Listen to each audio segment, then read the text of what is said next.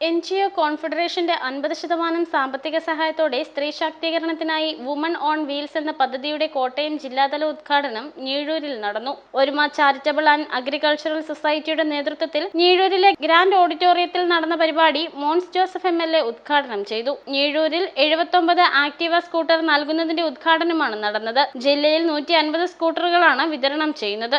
NGO confederation ജില്ലാ president Mathew അധ്യക്ഷത വഹിച്ചു. Archana women centre director Thresiamma Mathew മുഖ്യ സന്ദേശം നൽകി.